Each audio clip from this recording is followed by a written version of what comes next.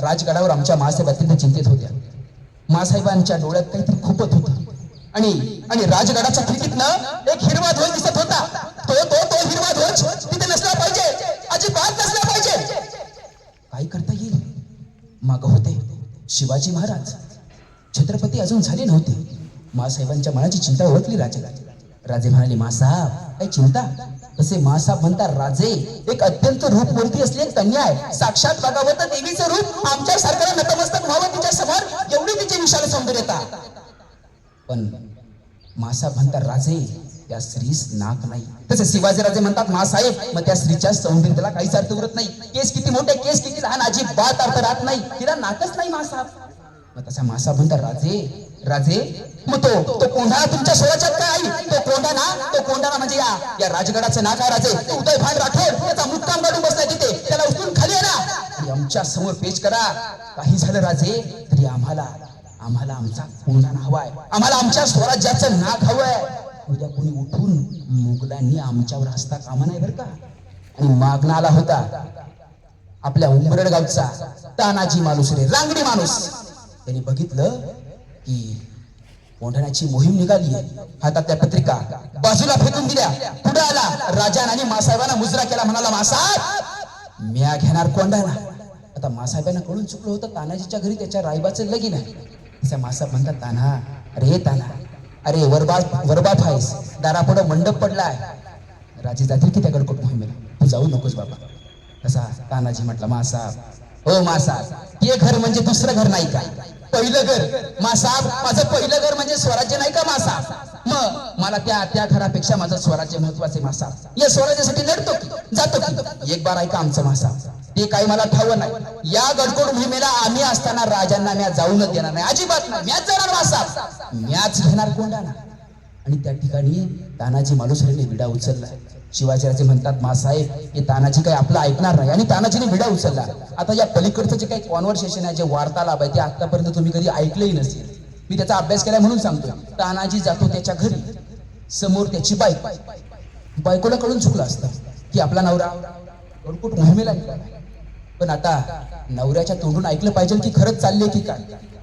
दारातच बायको नवऱ्याला आडवी झाली आणि विचारती झाली, काय हो मी ऐकलं ते खरंयच काय? आणि विचारलं तानाजीने, काय ऐकलंयस तू? हेच की तुम्ही गडकोट मोहिमेला चालले. अगदी खरं ऐकलंयस तू. अरे असं ऐकलं. आणि त्या तानाजीच्या बायकोच्या डोळ्यात गळ अश्रू ओघळायला लागलं. तिला उंका फुटला आणि आलेला उंका दाबत ती त्याची बायको म्हणाली, हो स्वतःच्या पोटच्या पोराचं लगीन आहे की हो? असं स्वतःच्या घरची कामं टाकून कोणी जातं का? एकदा तरी राहा ना इथे. तुमच्या रायबाचं लगीन लावा आणि मग जा ना त्या गडकोट मोहिमेला, मग घ्या ना तो कोंढाणा. पण माझा तानाजी म्हणतो, माझ्या रायबाचं लगीन नंतर, आधी लगीन कोंढाण्याचं. आणि इतिहासात नोंद आहे, आधी लगीन कोंढाण्याचं आणि मग माझ्या रायबाचं. पण तानाजीची बायको अत्यंत रागात होती. हो रागवणार तरी कोणावर? स्वतःच्या नवऱ्यावर. कसं थांबव, काय सांगावं नवऱ्याला? कळेना, समजेना, उमजेना. आणि वाटलं त्याच्या नावाचं मंगळसूत्र गळ्यात घातलंय, त्याच्या नावाचं कुंकू लावते. त्या कुंकवाची शपथ द्यायला हवी नवऱ्याला. आणि शांती झाली. यंदा ऐका आमचं, यंदा एक बार ऐका आमचं. माझं मन मानत नाहीये. पण तानाजी ऐकेल आणि कडाडली, मग शपथ आहे तुम्हाला या कुंकूची.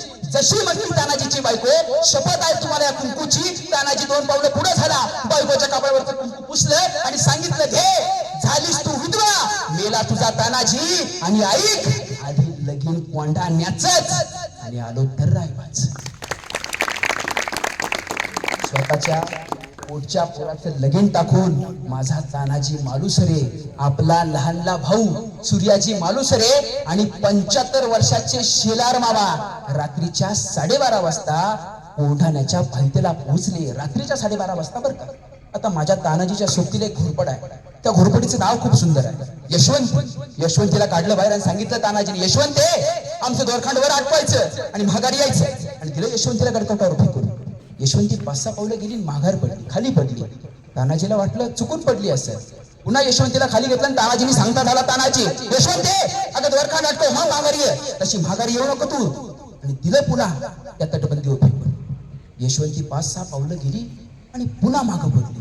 आता मला वाटतं बरं का, जनावराला सुद्धा जास्त कळतं की आपल्या मालकाच्या जीवाला धोका आहे की नाही. पण ह्यो आपला तानाजी मालुसरे, रांगडी माणूस, उंबेड गावचा, यशवंतीला खाली घेतला आणि सांगितलं, यशवंते पुन्हा पुन्हा जर मागं फिरली ना दादा तुकडे तुकडे करून टाकेल तुझे. जा आमचं दोरखाण्यात कवर. मावळे वर जाण्यासाठी रक्तपात करण्यासाठी अवतरले आणि यशवंतीला फेकून दिलं गडकोटावर.